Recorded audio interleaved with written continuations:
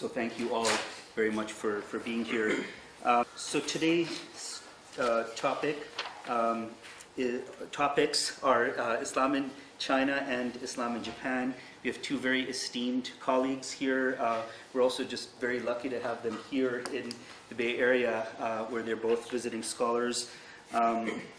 Professor Yuting Wang's research mainly focuses on immigrant Muslims in the United States, Chinese Muslims, and the changing worldviews and values amongst young adults in the United Arab Emirates. Her first book, Between Islam and the American Dream, an immigrant Muslim community in post-9/11 America, examines the microprocesses through which Muslim immigrants from diverse backgrounds negotiate multiple identities while seeking to become part of American society in the years following 9/11. Her articles and essays have appeared in the Journal of Sociology of Religion, Social Compass, The Imminent Frame, and other edited volumes. Currently, she is conducting research on transnational Chinese Muslim entrepreneurs in the Arab Gulf.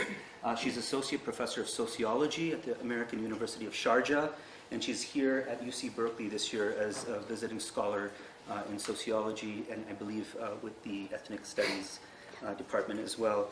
And her topic today is going to be Islam in China, Old Challenges in a New World. I also want to extend my gratitude. I was recently in the Gulf, and I visited the campus of Dr. Wang, and it was just amazing the work that's going on and the research that's going on there. So we're very grateful for the collaboration. So welcome to you all, and welcome to our speakers. Dr. Wang.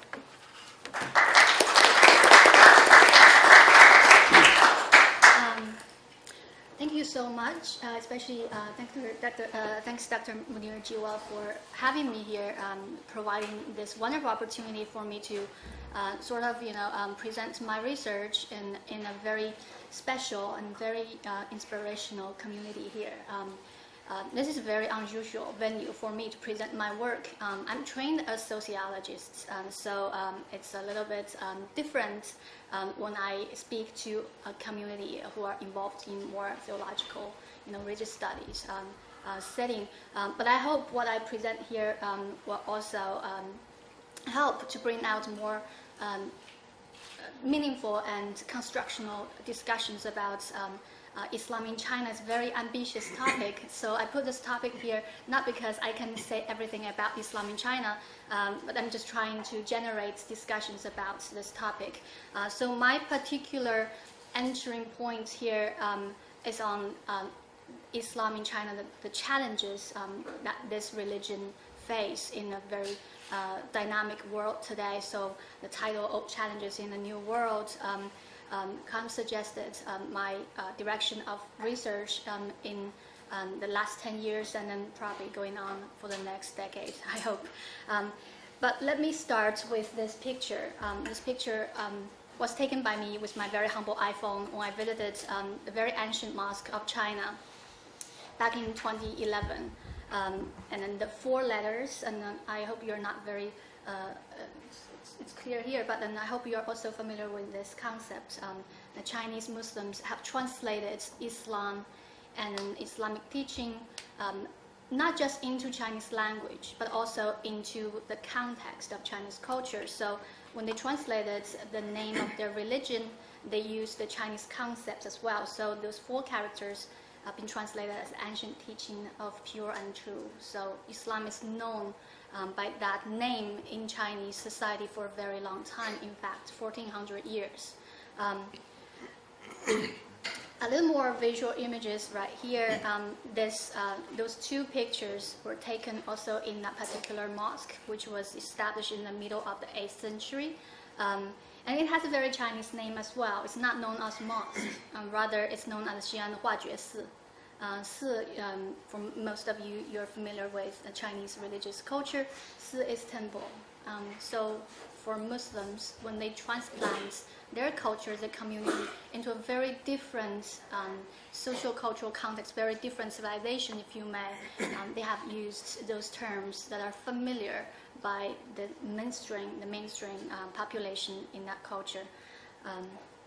And these are those representative structures of Chinese Islam or Islam in China, and then they all look very Chinese. And so I think in the Chinese in the scholarship of Chinese Muslims, Islam in China, there has been a tendency to go back in time and try to find that very unique origin of Chinese Muslims and Islam in China, and most of those work focus on the structures, the forms of how Islam have adapted.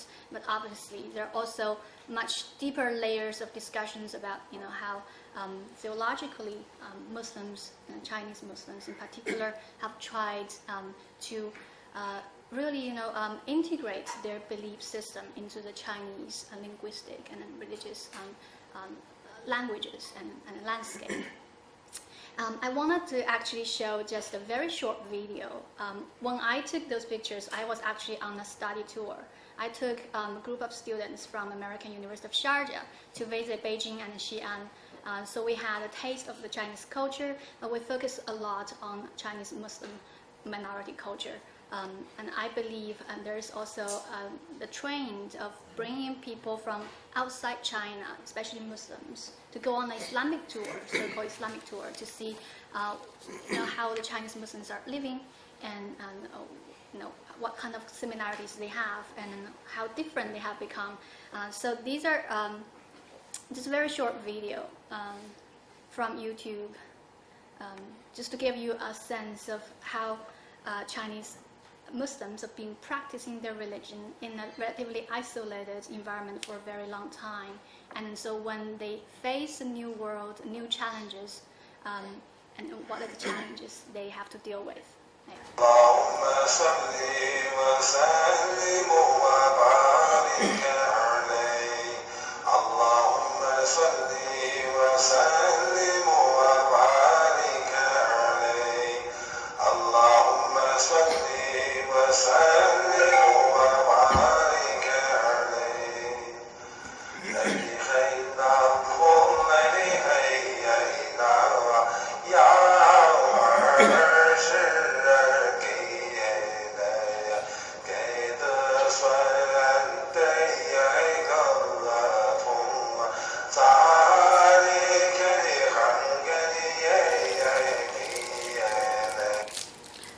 I hope this is clear. And during our field trip, we actually had a visit to one of those universities in Xi'an city, and where the professor actually played a video that resembled this video clip that I just showed you. And my students who came from Arab world and never seen a single Chinese Muslim in their real life, and they were shocked. So that was the very strong kind of emotional attachment, but also for the apparent difference that exhibited through those prayers. And then so those students were shocked, but at the same time they were also quite sympathetic. Most of them actually talked about how sad they are actually after that visit, that Chinese has lost their Islamic tradition. For them, this is not authentic. This is not orthodox form of practicing Islam, yet it has evolved in China for more than 1,000 years within the Chinese Muslim community. And so that gives me a very strong kind of sense of responsibility to conduct research on Chinese Muslims, to show why such kind of thinking may not be very meaningful for the Chinese Muslim community, why this might be reactionary as well. So I will just put that aside and then move on to talk about China's Muslim minority, just in case you are not quite familiar with China's Muslim minorities. There are some very simple facts there. Chinese, well, in China, there are about 23 million Chinese Muslims, but they belong to 10 ethnic minority groups. China has a very interesting ethnic, the policy of ethnicity, and which we call nationality. Therefore, China's Muslims, they fall under 10 ethnic groups. But certainly we know the arbitrariness of those categories, and so there are definitely overlapping and gray areas. But in general, that is the statistics we have for now. 23 million Chinese are followers of the religion of Islam. And within that 10 ethnic minorities, we have two particular groups that have caused a lot of interest and has caught a lot of attention in the scholarly community and also among journalists as well. Two particular ethnic groups. One is the Hui people, and the other is a Uyghur. Each number about 10 million. So the rest of the 8 ethnic minorities are relatively very small. And the particular group of Hui, or what we call Hui, they are actually mostly considered Chinese Muslims. So in scholarly work, you'll see the term Chinese Muslims refer to Hui people, in particular, not even the Uyghur. So there is a lot of problems with terminology, a lot of confusions there as well in the study of Muslims in China. And then the character Hui actually is also quite a story to tell. In the Chinese culture, the Hui means return. Right? But so this character itself also resembles the shape of Kaaba in Mecca. So by using this term to refer to their imagined homeland of Chinese Muslims, and this gives them a sense, right, of belonging in the large Muslim Ummah, and they're connected to the outside world because their name as well. So throughout their history, they'll be always thinking about returning physically, spiritually, right, culturally. And so this character itself has become very strong identity marker for those people. And they are called Chinese Muslims primarily because they are Chinese speaking and also Chinese looking, right? And they're very different from the Uyghurs in terms of their ethnicity. Now, the Chinese Muslim minorities are also quite diverse in terms of their religious orientation. They are mostly Sunnis, and they follow the school of Hanafi, right? But there are also the sectarian conflict within the Chinese Muslim minorities throughout history. There are differentiations made between the old teaching and the new teachings. So the Sufi tradition is very strong, and we still have a lot of people in rural northwest China who practice Sufism, and they belong to the Sufi Menhuan, is the Chinese term used to refer to the schools of Sufism. And there's some very important ones. Dr. K probably very familiar with that. Ikhwani is the biggest one. It makes up about 20% of the Sufi population in Chinese Muslim community. And Jahriya, Kufriya, and so on, those are smaller sects in the Sufi tradition. And obviously, there are also Shia Muslims in China, also very, very small, and they mostly are ethnic minorities like Tajiks, Kazakhs. And so they are usually invisible in discussions about Chinese Muslims. So most of those scholarly work have been focusing on the life of Hui people, and then their religion as guided by the Hanafi school of teaching. Okay, so the next picture I'm sure you're also very familiar with, especially with the work of the Center of Islamic Studies here at the GTU. Mr. Miguanjiang Haji Nuruddin has exhibited his work here before, and this is one of his calligraphy work that I really like. It says Rasulullah. And he used the Chinese paintbrush to create this structure that from far away it looks like Lord in Chinese. The character that means Lord in Chinese, and then this matched the meaning of what it wanted to represent in Arabic form. I use this picture to actually lead to the key question I try to explore today in this presentation, which is an old question, really. It's an old question. It has been there for a very long time. It's a question whether Chinese Muslims belong to the Chinese civilization or they belong to the Islamic civilization, so to speak. And it's a question that raised by one of those very famous scholars who've been studying Chinese Muslims for a very long time, since the 1970s. His name is Raphael Israeli. He's a professor at Hebrew University for a very long time. So he asked this question, accommodation of separatism. And this question has also been asked in many different forms. There was another book with the title of Familiar Stranger. and that's it kind of, express the same kind of feeling. Who are Chinese Muslims? Who are they? What kind of identity do they belong? And are they there as perpetual minorities in China? Or have they become one of those very unique religious and cultural minorities in Chinese culture? And how long is that going to be? Are they going to separate from China? Are they going to return to wherever they imagined they come from? So this is a very old question, and it has been explored in many different ways and then by many different people, obviously. Now, in terms of spatiality, now from my sociological training, I've always tried to understand how religion shape people's identity, how religion shape the organizational structure of religious communities. And those have been done in my previous study as well before I pay attention to Chinese Muslims. So spatiality for me is a very important aspect of Chinese Muslim identity. Chinese Muslims are spatially scattered, actually.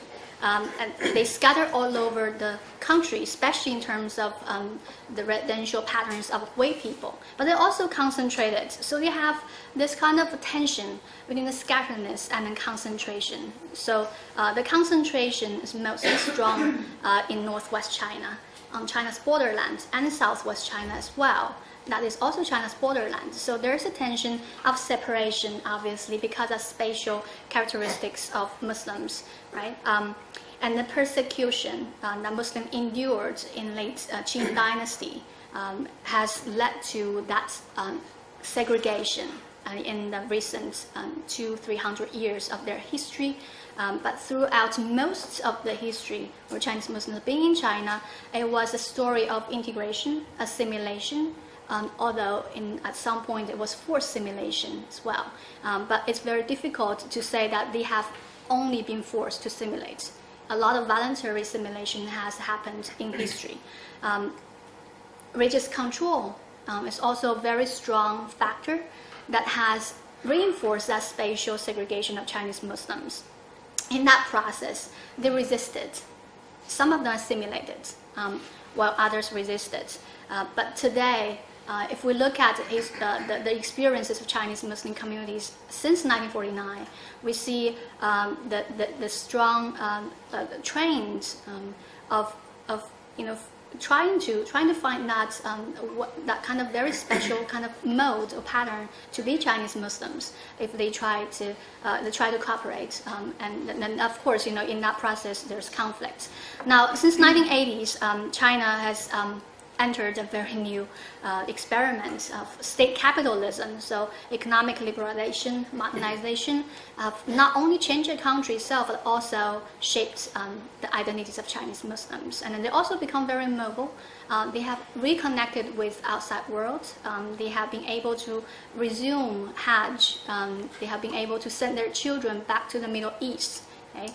Therefore, when you go to China today, you not only see those very traditional architecture, Islamic, Chinese Muslim architecture, which is basically very Chinese in nature, but you also see this restoration of the Islamic mainstream culture through the construction of mosques that are more common in style, like they are in the Middle East. In a wider scholarship, there's also a tendency to reinforce that question, are Chinese Muslims really Chinese? Or are they just Muslims, right, who have this temporary status in China as minority, and one day they'll separate? And so this, in a larger, the broader scholarship, we ask a question, is there a Chinese civilization, Islamic civilization, completely in conflict, completely different? And can they be connected somehow, integrate somehow through the experiences of Chinese Muslims? But my work basically focused on the lived experiences of Chinese Muslims. I pay very little attention. I'm not a theologist and I'm not a religious scholar. So I pay more attention to this lived experience of Chinese Muslims to see how they negotiate those tensions, those conflicts that has been reinforced throughout time, but also at the same time reduced to some extent. Now, the issue of authenticity is quite important and for the Chinese Muslims. What kind of Muslims is considered authentic? Right? Are Chinese Muslims authentic Muslims? Are they orthodox? Right? The video that I showed you just now, that surprised my students who's never seen a Chinese Muslim before. The tune was so different, and it's very difficult to make sense of the Arabic words that the Imam chanted in those videos, and so they found that quite unacceptable, to be very honest, and therefore the issue of authenticity have been really challenging Chinese Muslim community for a very long time. And there's also a tendency of changing that, leading the Chinese back to the authentic practices. So we'll talk about that in a little bit. Now, what I'm really focusing on is this double marginality of Chinese Muslims. Okay? What do I mean by double marginality? They have been marginalized in both worlds. Chinese Muslims have been marginalized in the Chinese world as well as the Muslim world. So in China, they're treated not as Chinese enough. When they're in a Muslim country, they're treated as not Muslim enough. So those are the tensions that they still deal with today when they move from one place to another. And the next several slides, I'm gonna show just some of those tensions they've caused recently. It seems when I started working on a Chinese Muslim communities in 2006, I was not able to find a lot of writing on Chinese Muslims, especially the current affairs. There were studies done by scholars exploring their history, the nationality. Obviously, there were some very important work that has already been done, but there was lack of interest on Chinese Muslims at that time. But recently, in this decade, there have been a lot more coverage of Chinese Muslims. Especially these reports all come from just this last several months. It's like the world has just discovered Chinese Muslims and have paid attention to their experiences today. Many different kind of reports, but mostly directed to China's religious control over not just Islam but also other religions, and the problem of Muslims face was part of this bigger problem in China, China's problem of religious control. And now those first two talked about how China controlled Ramadan, how people have been forced not to fast. But there's another very interesting story about China's other Muslim. And there's also this discussion about good versus bad Muslims in China, very much like what the Muslims have been treated here in the West. And there are good Muslims and the bad Muslims. Who are the good ones, who are the bad ones? Obviously, the Chinese-speaking and Chinese-looking Muslims are the better ones, are the good ones, because they have been able to assimilate, they were willing to assimilate. Well, the fact is that they have been forced to assimilate at one point of time in history, although there are voluntary assimilation as well. So there is a tendency to create that dichotomy in the discourses about Chinese Muslims. Well, who are the bad ones? Obviously, the Uyghurs are the bad ones, right? Although not every Uyghur is separatist, but overall, they have been reduced to the bad category. So this dichotomy has been reinforced and restored, and today has become dominant in the discourses about Chinese Muslims. This I put an accentuation right here. Assimilation seems to be the way to go. Look at the subtitle. By choosing assimilation, China's way have become one of the world's most successful Muslim minorities. A very sensational title indeed, right? So you have to become part of the mainstream in order to preserve your religious tradition and practices, and that seems to be quite arbitrary indeed. There are also other discussions about China's Muslims, but this is one of those recent reports about China's Muslims, why China's Hui Muslims fear they are next to face crackdown on religion. So now probably there won't be any space even for the good Muslims. So that's the problem the Chinese Muslims are facing right now. And Chinese Communist Party has also hardened their rhetoric on Islam. And so those are just some of those reports I've gathered in the last several months, and then they have shown this growing tension in China. And obviously that happened within the broader changing climate toward Muslims in general, not just in China, but also all over the world. So what are the new challenges? The old question, accommodation separatism. Are Muslims going to be loyal to a Chinese political entity, or are they going to return one day, turn back to their host country? Obviously, there are some challenges that are not quite new, but they just been intensified recently. For example, Xinjiang province, China's Xinjiang province. Today, I've just recently visited Xinjiang, and when you set foot in that province, you feel the tension. The taxi has this the running the advertisements on top of the taxi. It asks you to be patriotic, asks you to be nationalistic. Those are right in front of everyone's eyes. So the propaganda is quite strong over there.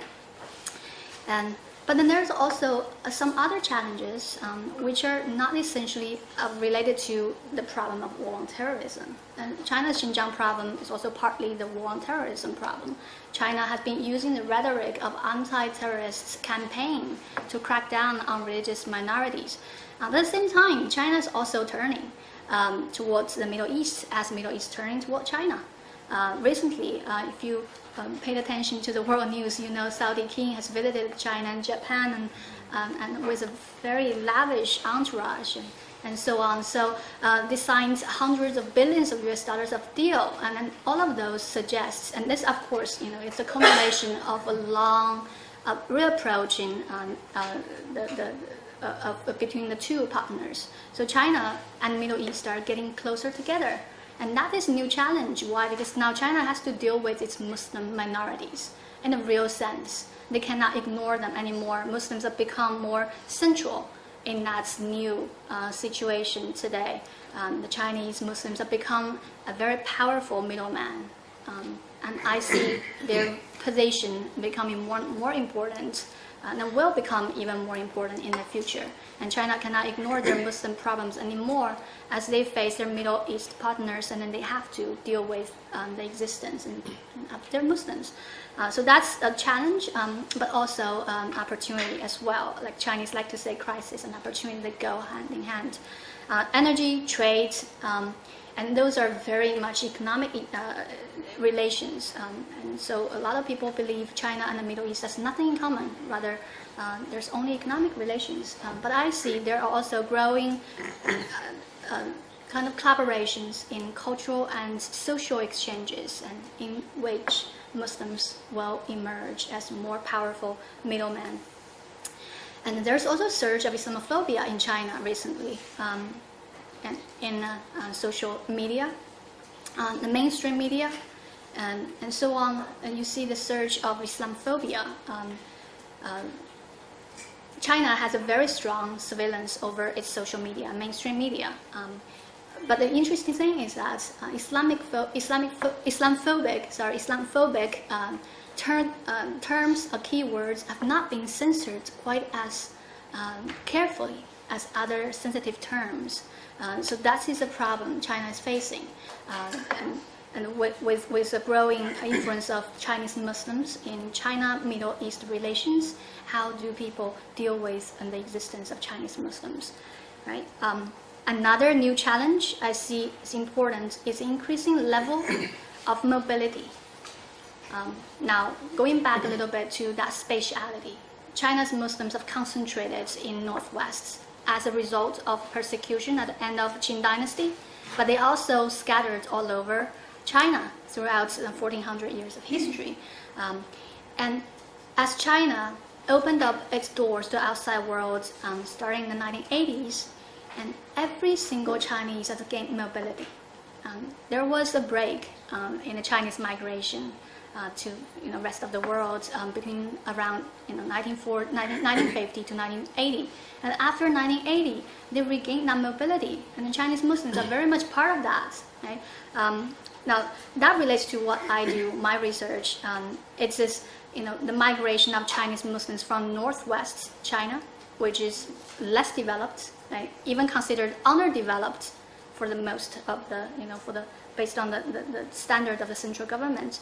And so there is a flow of Chinese Muslim minorities from the northwest toward the southeast, and where they established new Muslim communities, which is called the New Fanfang. Fanfang in Chinese means the house of foreigners. Right? This is a new term that has been, it's an old term, have been reintroduced in the discussion about the results of that migration. And Chinese Muslim diaspora, it's another new phenomenon. Obviously, we have to talk about the term diaspora itself. Do Chinese Muslims constitute a diaspora? Can they be studied as a diaspora per se? Do they really have a homeland? What about their spiritual home and their physical location? Is there any kind of legitimacy actually to talk about Chinese diaspora as a phenomenon at all? This is what I've been doing, basically. I'm trying to compare the experiences of Chinese Muslim minorities who have migrated from China to different parts of the world, how they maintain their sense of belonging, how they construct a new identity in light of new challenges, how they maintain their connections with Muslim Ummah at the same time with China. In my work, I also borrowed work from Islamic studies scholars. I look at how migration has been viewed from Islamic perspective. Is China a legitimate location for Muslims? This is also actually being studied and debated and discussed among Chinese Muslim community. Can we stay in China? For how long? Should Muslims return now as China is open again? Should they try to leave China? Where to go? Which place is the best place? Right? I think this is also a question that puzzled a lot of people in the West as well. Is West a legitimate destination of migration for Muslims? Now, the double marginality and identity issue is for me, based on my research, is more a conceptual challenge as well as a challenge of empirical studies. The concept of diaspora, being and belonging, is a constant challenge that Muslims have to deal with. They are connected with Muslim Ummah now through trade, commerce, through Hajj, through education, but they're also connected with China. For example, their middleman position, especially when China and the Middle East are approaching each other and becoming more friendly, and so the Muslim problem had become accentuated. That's my last slide. But here, going back to the old question, just by way of conclusion, I want just to bring back this old question again: accommodation or separatism. In my work, I compared the experiences of Chinese Muslim communities in southeast coast of China and Chinese Muslims in the Middle East, especially the Persian Gulf, the Arabian Gulf. And my new research focused on Chinese Muslims living in Southern California. I know some people have been studying Chinese Muslims in the Bay Area, so I think that will also make a very interesting comparison. The Chinese Muslim migrants are very small in number, in comparison to Chinese migrants everywhere around the world, but they are important cases as comparison for us to answer that question. Once they leave China, resettle in another country, do they become a diaspora? Can we talk about Chinese Muslim diaspora as a legitimate concept? Where is their homeland? Where do they come from? spiritually and physically and culturally. So where is their homeland? And I leave that question actually as open as possible, so I can receive your questions later, and I can answer your questions as well. I'm just going to end here and then give the time to Dr. K. I hope I didn't overrun my time. Sorry if I did. Thank you.